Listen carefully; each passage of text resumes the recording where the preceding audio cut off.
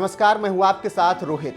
टाटा समूह ने घरेलू विमानन कंपनी एयर इंडिया के लिए सबसे बड़ी 18,000 करोड़ की बोली लगाकर उसे अब खरीद लिया है, जबकि स्पाइस जेट के मालिक की तरफ से 15,000 करोड़ की बोली लगाई गई थी। इस तरह सबसे ऊंची बोली लगाकर टाटा सन्स ने एयर इंडिया का मालिकाना हक हासिल कर लिया है, जो एक तरीके से 68 साल बाद एयर इंडिया की घर वापसी है।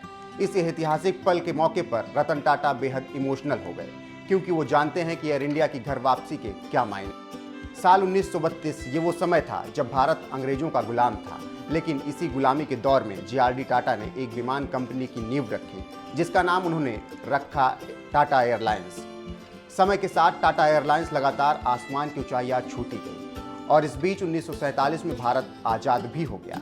पंडित जवाहरलाल नेहरू देश के पहले प्रधानमंत्री बने और इस टाटा एयरलाइंस का राष्ट्रीयकरण कर दिया गया, जिसके बाद टाटा एयरलाइंस का नाम भी बदलकर एयर इंडिया रख दिया गया। लेकिन कंपनी के चेयरमैन अभी भी जे.आर.डी. टाटा ही थे। लेकिन एक समय ऐसा भी आया जब साल 1978 में कांग्रेस नेता मोरारजी देसाई भारत के प्रधानमंत्री बने और सत्ता में आते ही उन्होंने जे.आर.डी. टाटा को उन्हीं की खड़ी की गई कंपनी टाटा एयरलाइंस से बाहर का रास्ता दिखा दिया। यहाँ तक कि जे.आर.डी. टाटा को चेयरमैन पद से हटाए जाने की कोई सूचना भी नहीं दी गई। ये एक तरह से जे.आर.डी. टाटा का अपमान था। बस इसी के बाद से टाटा और एयर इंडिया का साथ छूट गया।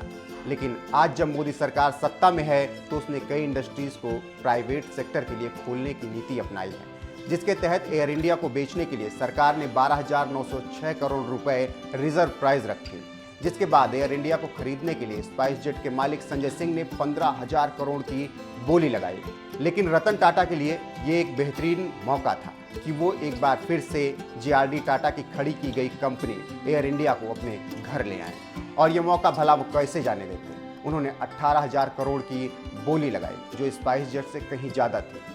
उनसे ज़्यादा बोली कोई भी नहीं लगा सका, जिसके बाद 68 साल बाद एयर इंडिया की एक बार फिर से टाटा परिवार में घर वापसी हो गई। ये पल रतन टाटा के लिए भावुक कर देने वाला था।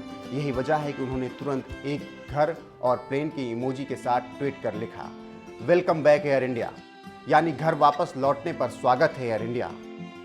इस ट्वीट के साथ रतन टाटा ने एक बयान भी शेयर किया, जिसमें उन्होंने लिखा, एयर इंडिया का टाटा समूह के पास लौटना एक अच्छी खबर है।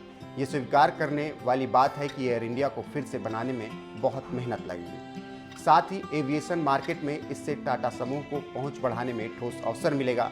एक समय था जब जे.आर.डी. टाटा के नेतृत्व में एयर इंडिया दुनिया की सबसे प्रतिष्ठित एयरलाइंस थी। टाटा के पास मौका है कि एयर इंडिया को ये पहचान दोबारा दिलाएं। अगर आज हमारे बीच जे.आर.डी. टाटा होते तो वो बहुत खुश होते।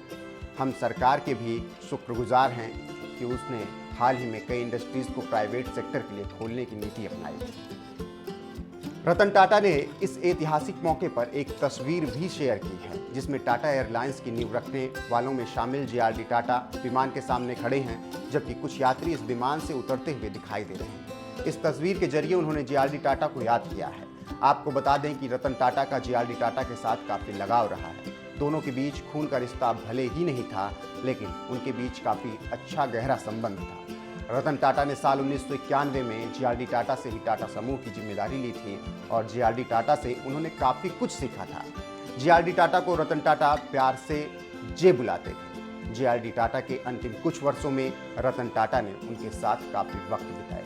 यही वजह है कि आज जब जे.आर.डी. टाटा ने जिस टाटा एयरलाइंस की नींव रखी थी, 68 साल बाद उस टाटा एयरलाइंस की एयर इंडिया के रूप में घर वापसी हुई, तो रतन टाटा बेहद इमोशनल हो गए और कहा, आज अगर जे.आर.डी. टाटा हमारे बीच होते तो वो बेहद ही खुश होते।